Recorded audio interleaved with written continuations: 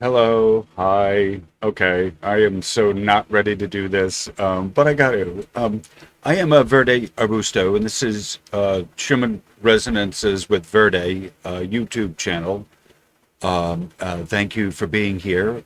If you're new, welcome. Please remember to like, share, comment, and subscribe. And you do all that stuff so you can get the notifications. I'm not monetized, so the subscription thing doesn't necessarily help me. Kind of does. I like bragging to my friends about how many subs I have. Thank you, I appreciate that. But really, when you comment, when you share, make sure you hit the notification bell. You get the notifications. You get early, as early as it comes out. And you want that. You want to make sure that my videos, if you like them, percolate, or any of the videos you like, percolate up high in your recommended list. And the notifications come because it recognizes that you like and you interact with the channel. And so that's how you, generally speaking, that's the formula for how to get your notifications on time. All right, so yeah, please do that. I appreciate that, and leave a comment. That's what's really important. To me, that's the part of the matter. That's the meat and potatoes of it. Is the comments and the chance it gives me the ability to interact with you, and so for both of us, the comments are a good thing, and I can address how I'm doing or not doing, if the case may be. Again, once again, I do these largely for the live streams, and that is where I get a chance to talk to people specifically and address specific comments and questions that you might have. And those are wonderful experiences, and that's one of the great parts of doing the channel, doing a YouTube channel, doing any of this, being a moderator on someone else's channel, being an admin on one of the Facebook groups, is it gives me a chance to discuss at length issues with people that they really have a hard time with and that they're not getting answers to anywhere else. And that's what I appreciate and enjoy the most out of all of this. So thank you for your comments and feedback. All right, so this is going to be this one I'm going to do a little differently than I usually do. A lot of I make a longer video and I cut it into shorter pieces. This one I'm going to make a short video, post that as it is, and then I'm going to go back and kind of redo it in a longer video how we normally would.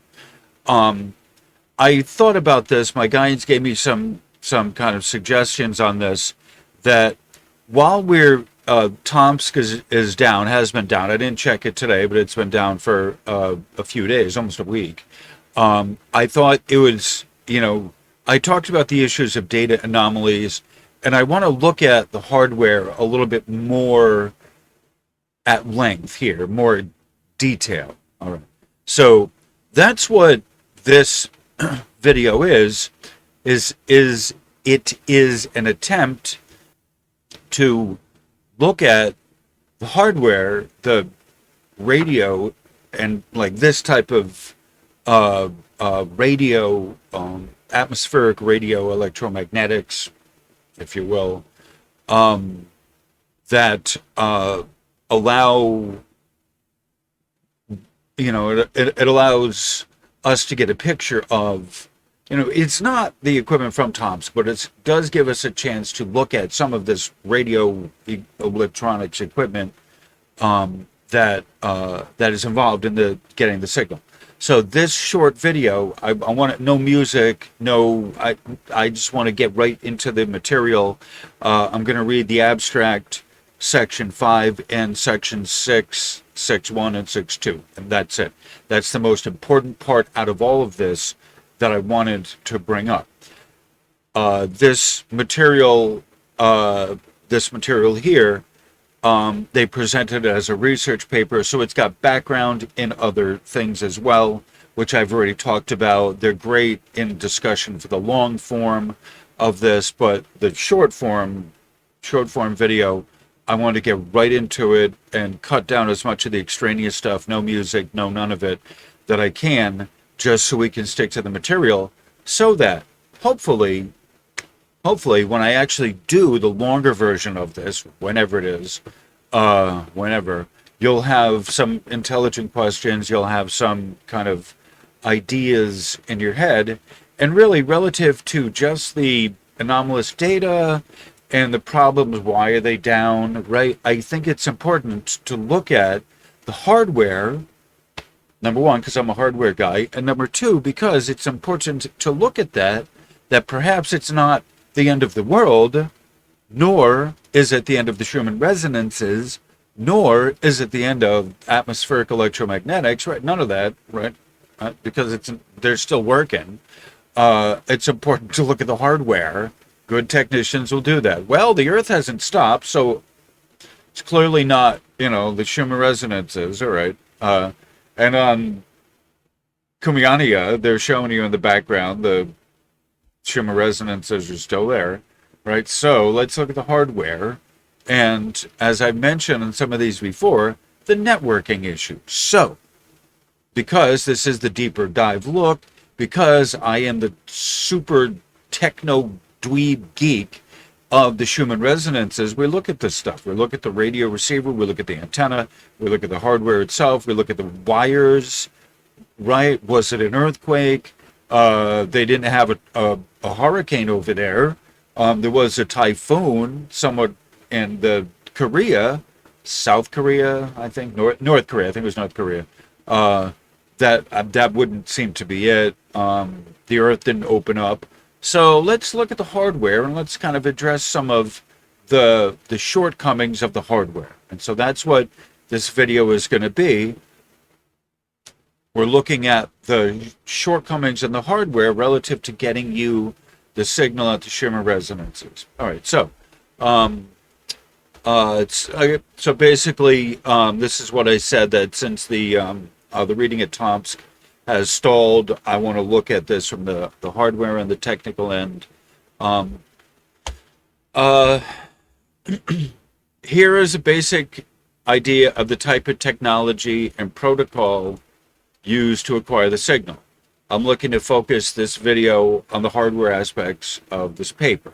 All right, so in the research paper that we're given, I'm focusing on the hardware, and that's what you saw the picture of at the very beginning.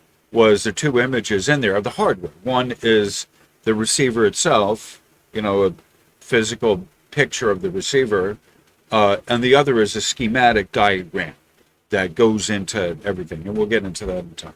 So, this is the paper is from 2009, but it's still relevant for our purposes. We don't know the last time that Tomsk swapped out the machine components. Right?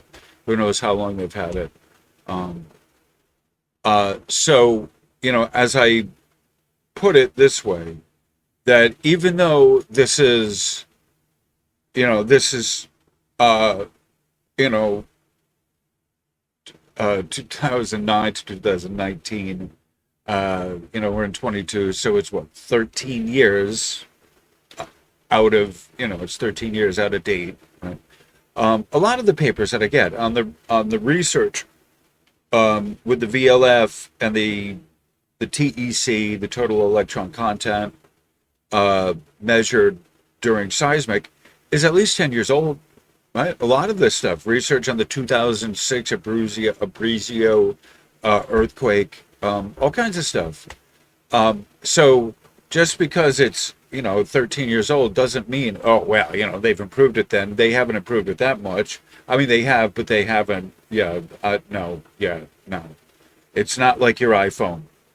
It costs a lot. This stuff is specially made. It's handmade, right? These are people who are making these components, right? I mean, there's not, the techniques doesn't sell a Schumann resonance antenna receiver, right? You got to make this stuff.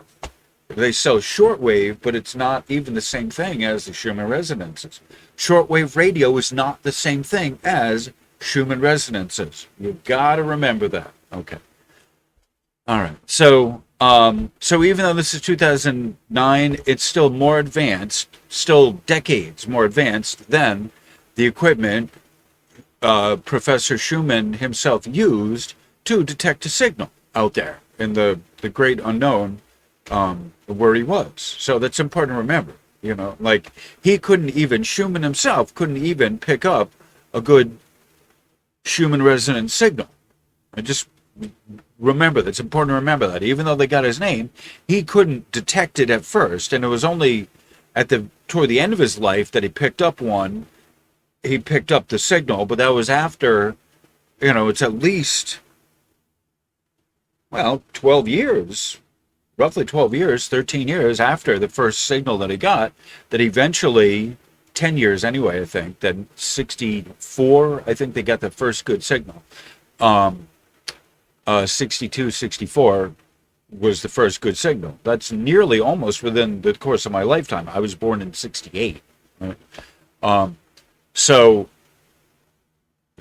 the technology in the 12 years or 10 years had advanced enough at that point with integrated circuits and all that kind of stuff that Schumann was eventually able to pick up a good signal. Otherwise, they wouldn't have named it after him. They'd have named him Koenig.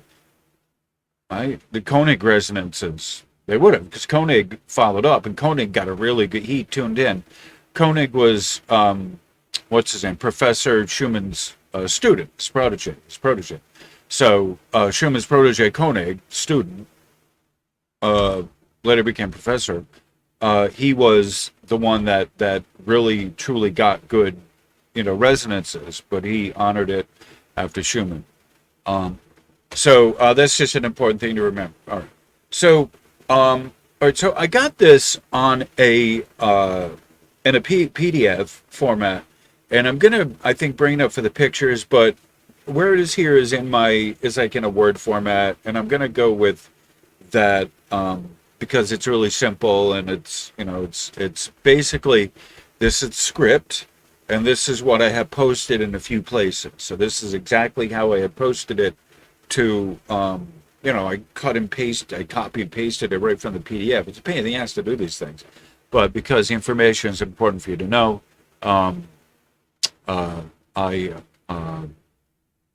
it's important for you to know, so I have put it here in a text, a document format. All right. And I've kind of done, I have put the Patreon version, I put the WordPress, I put the, you know, the Schumann Resonance website version to let you know, here it's there. This is in my notes. Right? And so this is the good low tech. I love doing these low tech videos. You know, everything is so high tech. I love doing a low resolution video. You know, my high tech screen is the flag, the pride flag behind me. Yeah, I'm a highly qualified, certified technician, but I don't care. I'm doing this how I want it. Lo-fi, low res, you know, college, non-commercial college radio, fly by the seat of our pants radio. They would call that WCNI in New London, fly by the seat of our pants radio. Okay. Anyway, so this is fly by the seat of my pants YouTube channeling. YouTubing. I am a YouTuber. So yeah, I said there wasn't going to be any of the extraneous stuff. All right, so what I'm going to do, I'm going to read the abstract. I can't help the extraneous stuff sometimes. I'm going to read the abstract.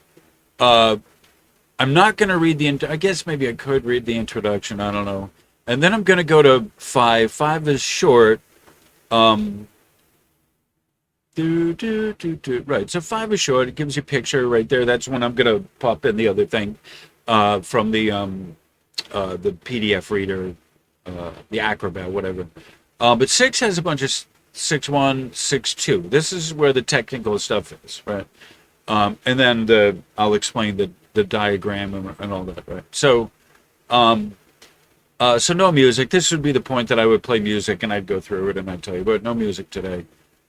Just the facts, man. All right. So, I think we gave you the precursor. So this is the abstract. The abstract at 1505. Very nice. All right. The paper presents, this here paper presents the testing results of a new VLF, LF, and VLF is low frequency, LF is very low and low frequency, receiver from seismic precursors monitoring in Romania that is used starting with March 2009 in the first phase of the integrated system for the forecast of earthquakes in the European area. Okay. So, integrated system for the forecast of earthquakes in European area. All right. So, their network, like Central Italy, CIEN, Central Italy Electromagnetic Network, has around the country of Italy a number of stations that monitor for earthquake activity.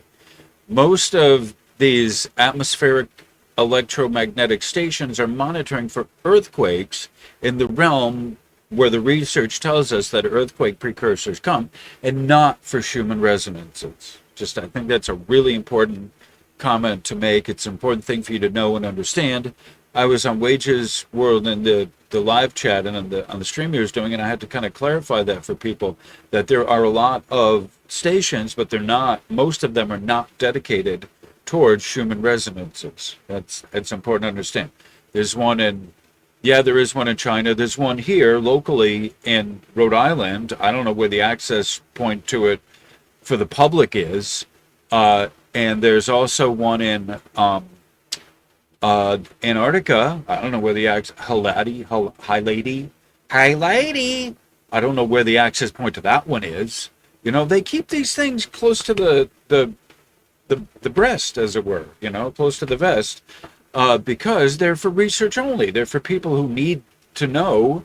They get access to it. Why do you need to know? Why do you feel you need to know, right? Do you have research credentials? Well, chances are you're not going to be finding the information if you don't have research credentials. If you're not a researcher, if you're not a scientist, you're probably not getting in the doorway. And more to the point, you know, if you're not willing to pay, they're certainly not going to allow you access. You know, the public, there are concerned public who can pay, who do and are willing to pay, who can access to this stuff, but, you know, that's going to cost you, may cost you a bit. If you got a student ID, that's different. You don't even have to be in the field, and you can get, you know, discount to the EDU websites, wherever they are, you know. But I've explained this before, that they open this stuff up, the research up, to people in these fields who need to know, because they're researching in those fields. They have no obligation to open them up to the general public, especially when you do open it up to the general public and something happens, some technical glitch, they turn on you. They come in with the pitchforks, and the whole lot of them come in with the woke brigade, the pitchforks and the torches, and they come to burn you down because you gave some misinformation, blah, blah, blah, whatever. And they themselves don't know any better, right? So there's not a great motivation for a lot of the researchers to make this stuff public to the general public who don't have any research credentials. Right? I've talked about this, and it's unfortunate for you all who are curious and you want to know, but you are, and you have been, and you can be your own worst enemy in this stuff. Learn how the process works before demanding they make it public.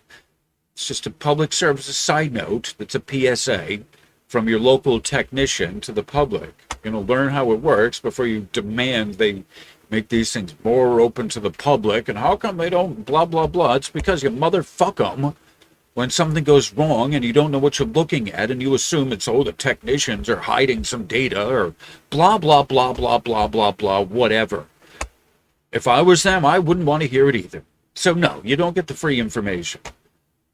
Learn how it works. Take some science courses, take some science classes, learn how this shit works, get some academic credentials, get a student ID, and then we'll give it to you then, okay? It's that simple. Tomsk makes it available to the public because it's part of their public charter. right? But they're giving you the perfect, like the what I would call nearly perfect. The machine does break down. You can't call it perfect if the machine breaks down. Okay, you got me on a technicality there. All right. Or they got to keep upgrading it or whatever they're doing. I don't know. But, all right, a nearly perfect visualization of the Schumann resonances with the mode system and the green of the against the dark blue background, the white, yellow, red, and green system. And I showed you in the when we were talking about the modes at Wikipedia how they lined up almost perfectly with their test, just their dummy sample that they were giving you as an illustration. I showed you almost pound for pound, word for word, lined up with their colors that they were using for their modes and what Tomsk uses for theirs, right? What they being Wikipedia and Tomsk being the other one, right? It matched up nearly pound for pound, right? You changed the white for the blue of the background, and it was almost spot on. So, all right. So that's why, all right, it's me going off script, but that's why the public that has a need to know can get access to it, because you know how to get access to it. But if you don't, learn how the process works first, and then maybe you can figure out in that how to get the access to more graphs from your neck of the woods. All right. So, but again, going back to what I was saying here with the integrated system for the forecast, like Italy, they have a network of these stations to help with earthquake prediction, because earthquakes are more important than Schumann resonances. Scientifically, geologically, I'm making that claim. You can say whatever you want in the comments. I don't care. But with earthquakes, the ground opens up. You get the mountains fall down, right? You get hit in the head with a huge boulder, right? Trees jump off the mountain. Everything slides down the mountain. When you have earthquakes, it's very serious. People lose not only their houses, but also their lives, right? And so then they're walking around damaged and wounded without a house, and right? You're like, this is important stuff. So this is why there are a lot more, I would countless at this point, more stations that monitor the VLF, the atmospheric VLF, for earthquakes and not for Schumann resonances. I've said this, I'm repeating myself, I don't care. It's important to understand that. And that's why they have these networks, these network stations all around the various places around the globe. They're part of a network of seismic stations, because if you get 1, 2, 3 here, and you can start triangulating in areas that should be going to be affected most by earthquake. You build these things in seismically unstable areas so that you can give people warning when it comes time, right? When you get a precursor. And they're taking these, believe me, they're taking these precursors a lot more seriously. Radon emissions, the cows acting funny, whatever you have, the ozone increase, whatever. There's a lot of different types of not symptoms, not symbols, precursors. Thank you. A lot of different types of precursors on different levels that are being observed more carefully because of all the research coming out, and it's saving people's lives, right? Regardless of what you say, the research on Schumann resonances is not saving people's lives, because first off, the Schumann resonances are immensely subtle, first and foremost, and secondly, out of all of it, the solar activity, solar radiance, CMEs and flares are, out of all of that equation, what caused the most harm or the most damage, most adverse effects to humans. But that is a much stronger channel of electricity, geoelectrics, than the Schumann resonances. Again, Schumann resonances are whispers on the pico scale. And a lot of the earth-based stuff that, coming from the Earth, like the precursors, earthquake precursors, secular, they call that, from the Earth, secular, as opposed to in the, in the ether, okay. There is the disconnect. So secular in of the ground, right? The precursor, I forgot what the hell I was going to say. So the precursors that come from the ground are much stronger, much more immediate, much stronger than the Schumann resonances. Right? It's a greater power release. That's why it's a higher frequency, because the snap, when it finally breaks, is stronger than the whispers of, electricity that happened, hours ago. The Schumann resonances just keep ringing, right? They just keep ringing. They're, they soften, but as long as the atmosphere is still tight during the day, they're always humming, basically. All right, so that's why they network these systems together to make a greater area of research for detecting of earthquakes. Back to the material. The system aims to capitalize and integrate numerous research results related to the statistical provisioning of seismic events, and is consisting of a network of measuring stations interconnected and organized through a distributed information system, which can be constantly the availability of data acquired continuously. So they're talking about continuously running, continuously acquiring data in this integrated interconnectivity, distributed information system. All right, so they're not just talking.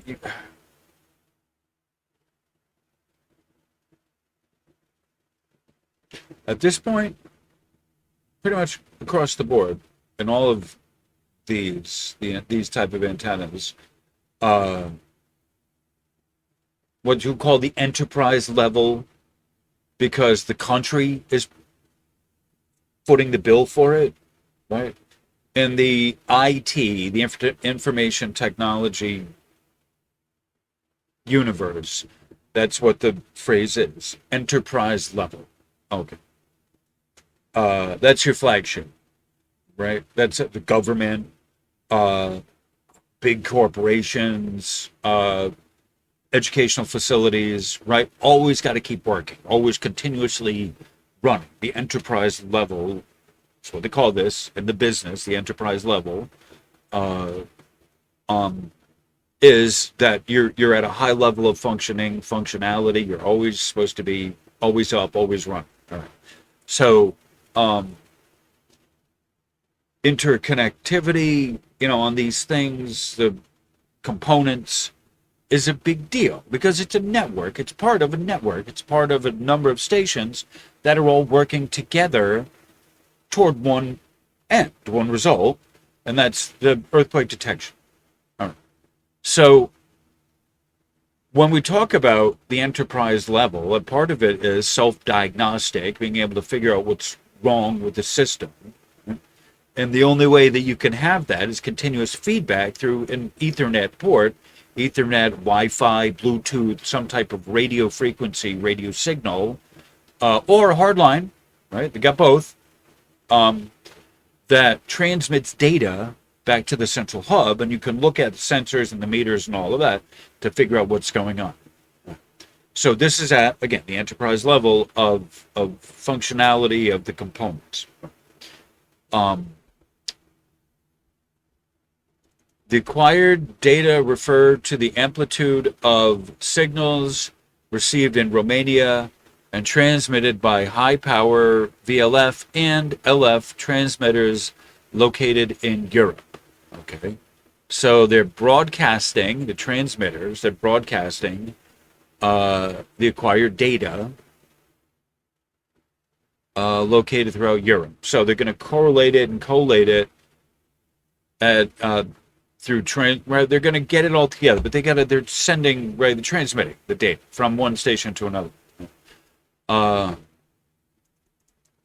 paper shows why anomalous changes of the received signal level occur as an effect of modification of the characteristics of the ionosphere above the epicenter of an earthquake, which is in its preparatory stage if this is located inside the fifth Fresnel zone of the propagation path.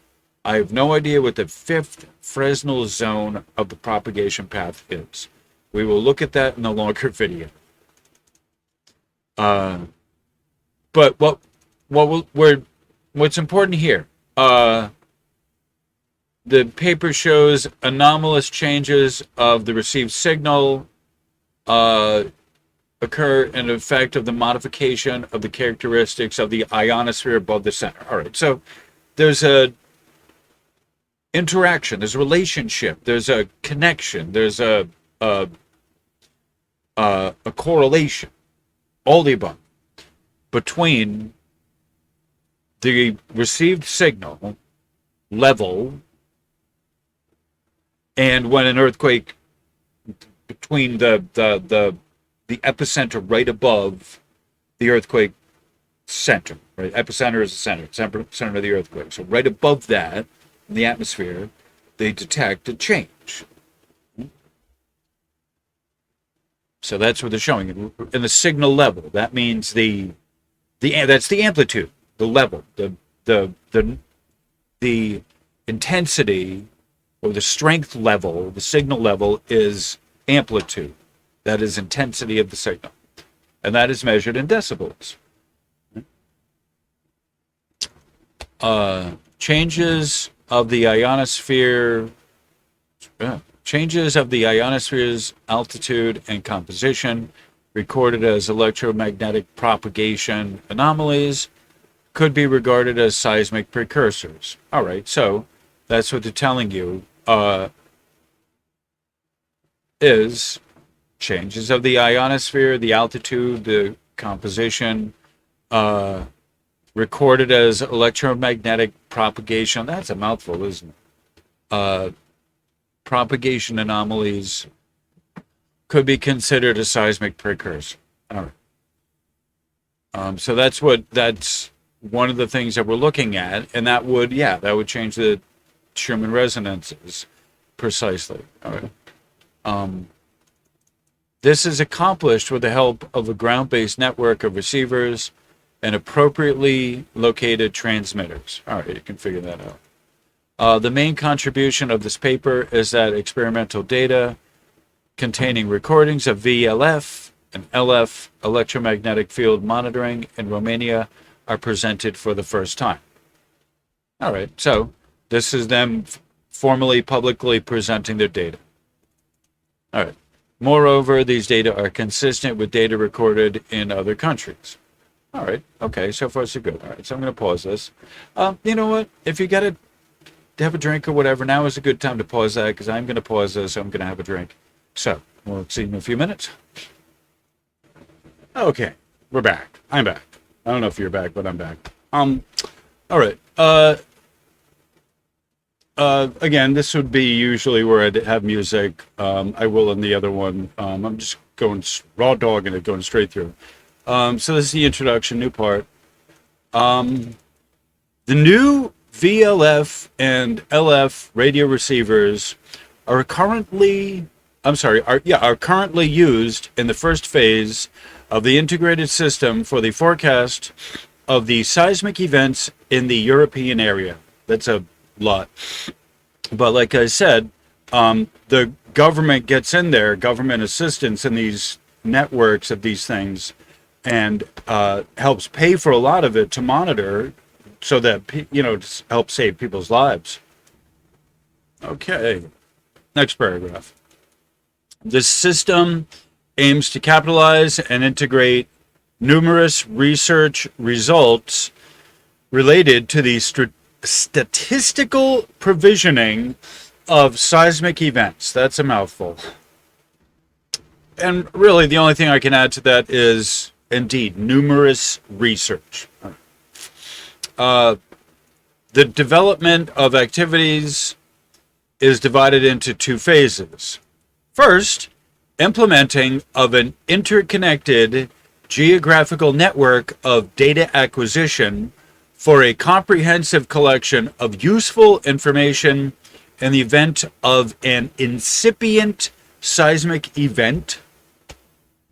And secondly, definition of the data acquisition system, efficient real-time processing, and classification techniques for categorization of seismic precursors in order to realize the early warning system for seismic events within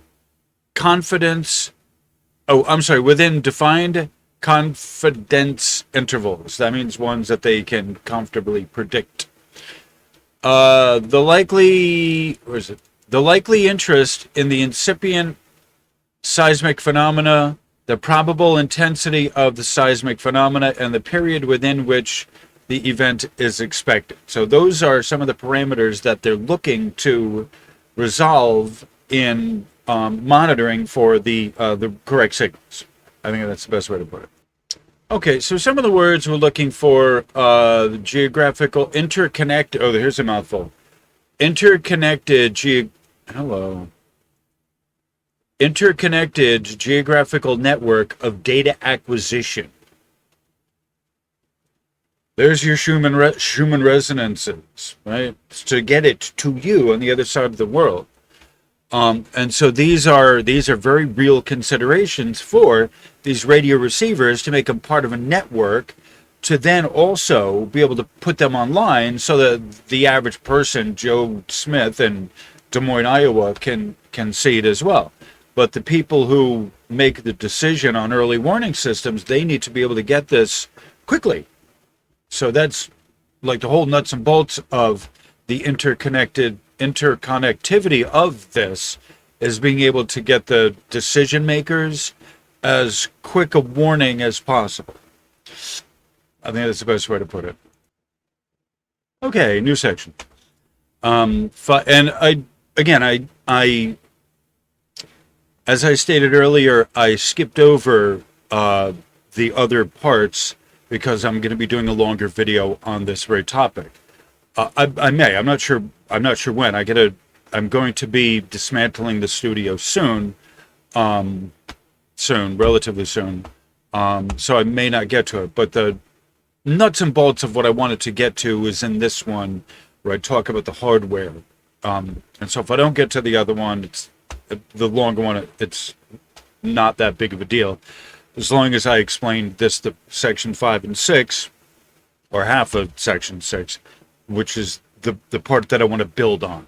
All right. So, to the text. The VLF and LF band receiver is a radio receiver working in the VLF, which is very low frequency, and LF, which is low frequency bands.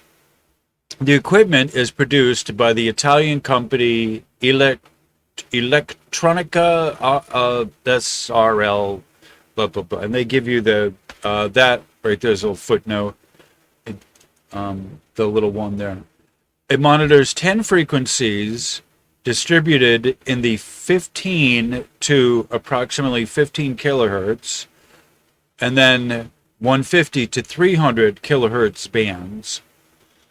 And for each of them saves the power level detection on a non-volatile memory at a customizable sample time interval. All right, so I talk about this, the onboard memory for the machine, right? It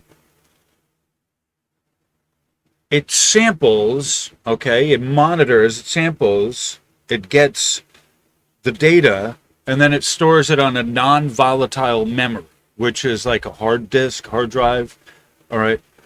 Something other than a flash memory. Flash memory, when you turn the power off to it, it erases, it loses it. The storage, the memory, the random access memory of your computer is the same way. That once the power is off, it doesn't retain the data. And so it's this, that's what they're telling you about retaining the data, a non-volatile memory.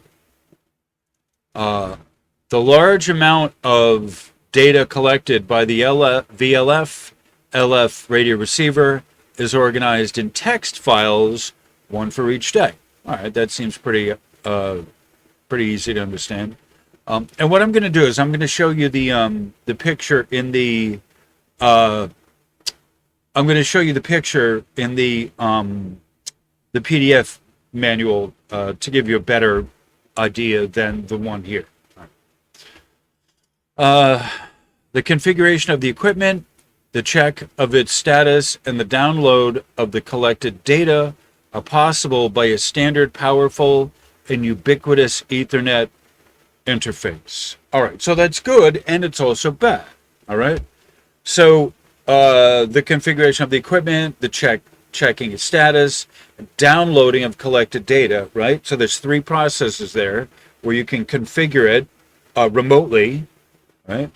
Check its status remotely, and download the data remotely. Possible with a standard, powerful, and ubiquitous Ethernet interface, right? So, if you've ever waited for your data, that's what that is. That's buffering that comes with a lot of activity on the data port, basically. So, it being standard and ubiquitous is a good thing, but that also means it's subject to the same traffic that all the rest of the internet is subject to as well, right?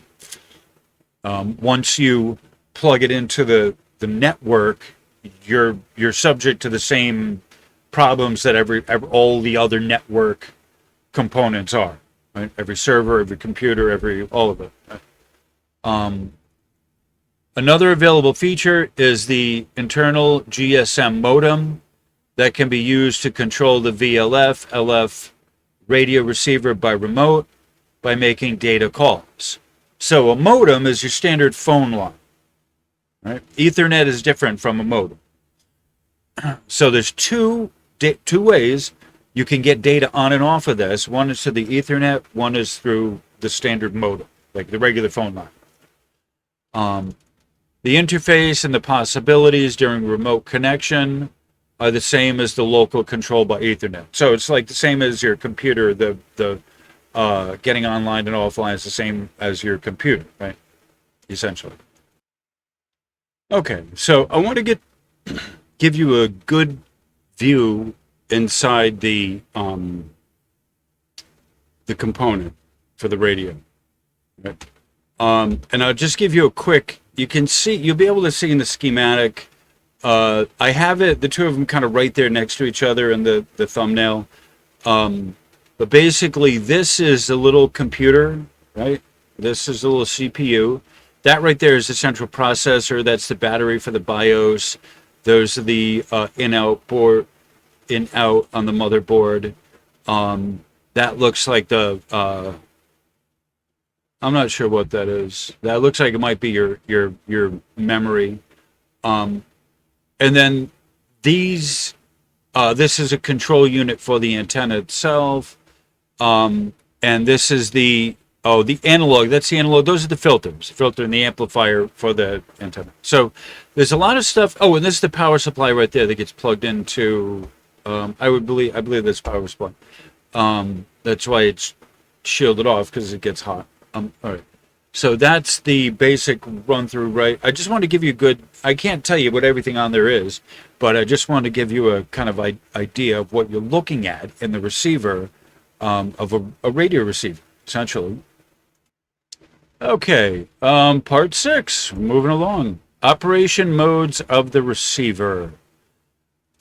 The VLF LF radio receiver can be globally configured and controlled by a standard Ethernet connection. Okay? It can be globally configured and controlled by a standard Ethernet connection. Okay, I think that's going to raise a lot of flags to people. Oh, see, there you go. They got hacked. All right, whatever. It's out there for you all to throw darts at. Do your best. It is possible to make a direct connection between a computer and the receiver, or to connect the receiver to a LAN, LAN, local area network hub, switch, or router. Inside the VLF, LF radio receiver, a full operating system, Linux, and a web server run. All the operations can be done by using a simple web browser on a desktop computer.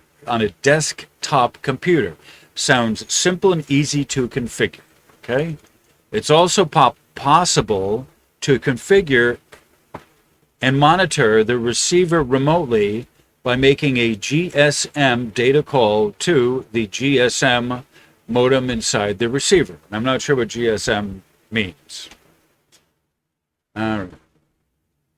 Let's pause this for a sec. Okay. We're back. Yeah, this is the 45-minute take a break here. This is the pause point. So, if you want to take a break or whatever, this is a good place to pause this. 45 minutes, 46 minutes actually. And have a drink, have a smoke. We'll pause this. I don't think I'm doing a premiere with this. This is a short. I don't intend doing premieres with the shorts. So even though this may be an hour, I don't think I'm doing a premiere with this one. Anyway, all right. So pause now, and this because there's no music.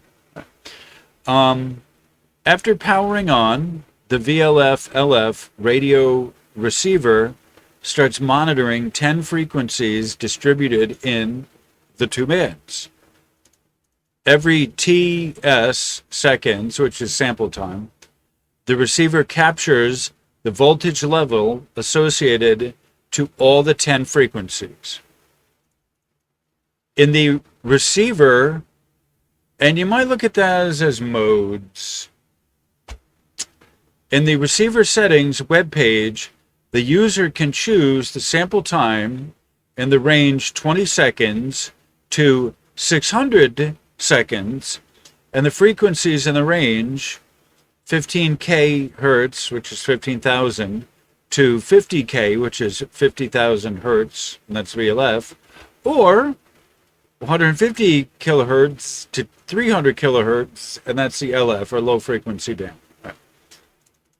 In order to have an integer number of samples each day, so that the samples are captured at the same time every day, the sample time TS can be chosen in a collection of non-contiguous values, i.e., values that are divisors of 86,400 seconds, which I would believe is the amount of seconds in a day. I'm not sure. On the other hand, 10 frequencies can be set by 1 hertz resolution. The user can download all the files saved in the memory, or only the files created in previous days. All right, so it saves them for a length of time. If requested, the web server compresses the requested files into a single archived file and sends it to the client. The user can delete all the files or only the files created in previous days, usually after successfully downloading them, to free memory space in the receiver. All right? So the way these things work is that it sends out the data, and until you clear it out, it's still in there. So in this case, so you have to go in periodically and clear out the data, otherwise it's not capturing new stuff. All right, so 6.2, this is the last one I'm going to read, and then I'm going to end the video with, again, no music. Thank you for being here. Remote GSM control.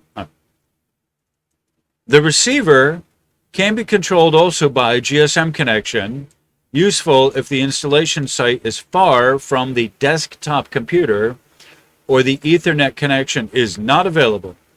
The GSM network is usually used for voice calls, but the GSM standard provides also data calls. CSD, which is circuit switched data, different from GPRS connections. Okay. The speed of CSD connections is 9,600 bits per second, right? BPS is bits per second. A small b is bit. Capital B is byte. Usually the SIM card inserted in the GSM modem must be explicitly enabled for CSD data calls. Together with the web server, a PPP, point-to-point protocol server runs also.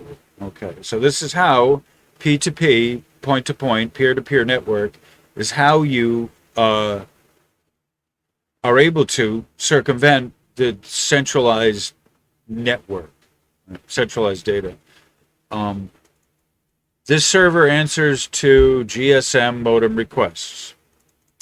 The methods to perform a modem data call and a PPP connection can vary from computer to computer, mainly according to the operating system. All right, so not all the operating systems play well together.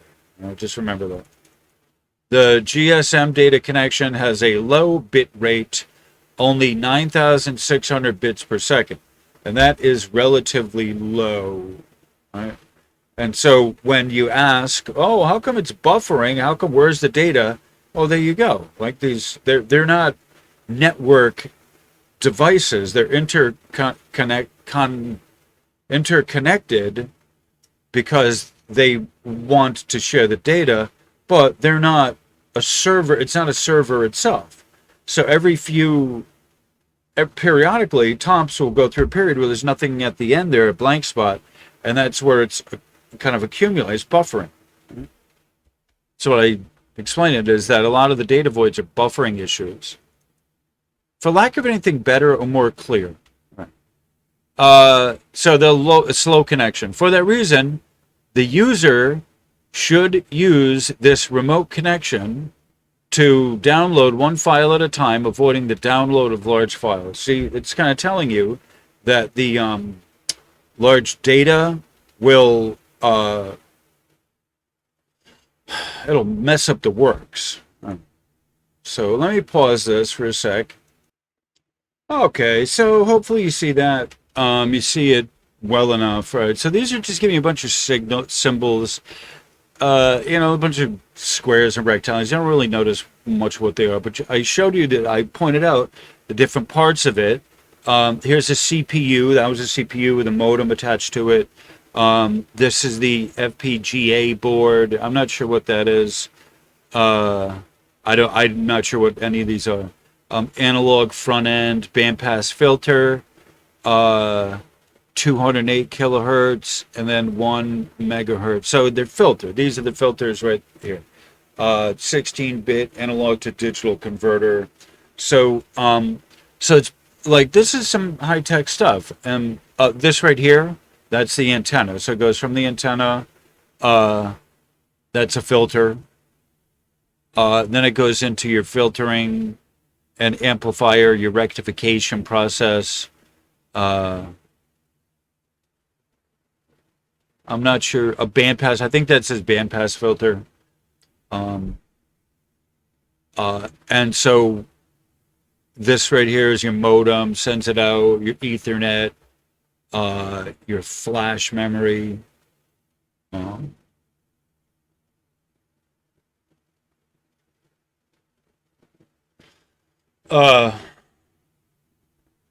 Volatile memory is like the RAM of your computer. I think flash memory is different than that technically.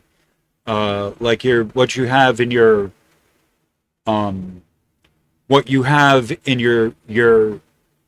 camcorder, like Smart Stick. I think they call that flash memory because you can write over something on the spot.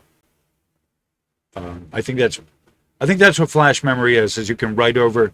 It's not non-volatile, but I think you can write over something on the spot, if I remember correctly. All right. And that's what the flash memory is. All right. All right. So that gives you a basic idea of what's what. We're at pretty much at an hour now. Normally I would play music as an outro, but I'm not doing that. I don't know when, but I am probably going to do another live, longer video of this with some music later. But I don't know when. But I wanted to get this one out to you so we could talk about the hardware that's involved and the interconnectivity issues that come with these things. That now it's no longer just a receiver. It's got to get hooked up into the network, and there can be a lot of problems with that. All right. So, with that cheery note, thank you for being here. And on that cheery note, thank you for being here. Much love, and we will talk to you soon. Namaste.